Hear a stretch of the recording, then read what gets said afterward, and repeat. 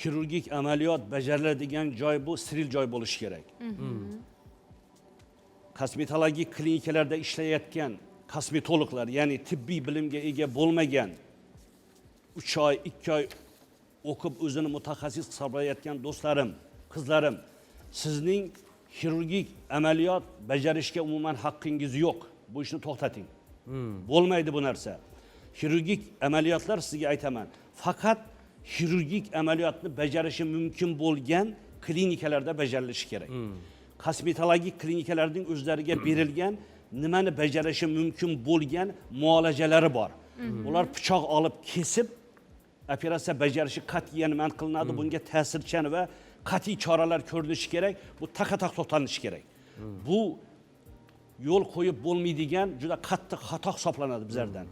Men 30 yillik tajribaga ega bo'lgan xirurgman. Siz menga hozir mana qovog'imni operatsiya qilib bering desangiz, men qilmayman, men qo'rqaman. Menda mas'uliyat bor. Men bu narsani kesa olmayman.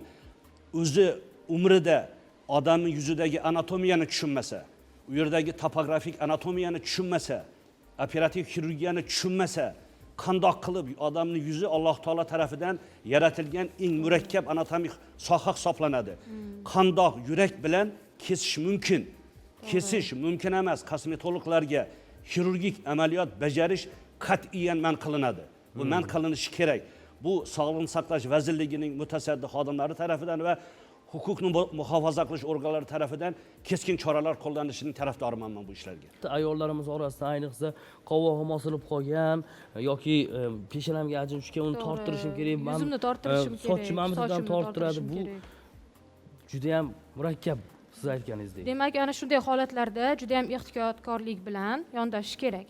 Hurmatli boshlovchilar, 6 yil tibbiyot institutida o'qiymiz. Undan keyin 2 yil yo klinik ordinaturada yoki 3 yil magistraturada o'qiymiz. Undan keyin yuz-jag xirurgiyasini, yoki chelestno-lisovaya xirurgiya deb aytiladi. O'shandan bilim olmagan doktorlar yuzida operatsiya qilishi mumkin emas. Yuzning operatsiyasi odamning boshqa tanasi qismlaridan murakkab hisoblanadi. Yuz egri bo'lib qolishi mumkin. O'sha stomatologlardan keyin yoki o'zini reklama qilayotgan doktorlardan keyin qanchalar asoratlar bo'layotganini ko'rganingizda edi. Bular ko'rsatilmaydi. Bundan keyin insonlar umuman kosmetologik klinikalarga bormoqchi emas edi. Boshida aytib o'tdim, xirurgiyaning asosi bu sterilillash punkti.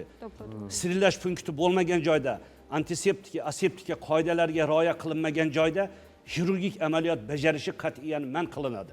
Buni hamma tushunish kerak.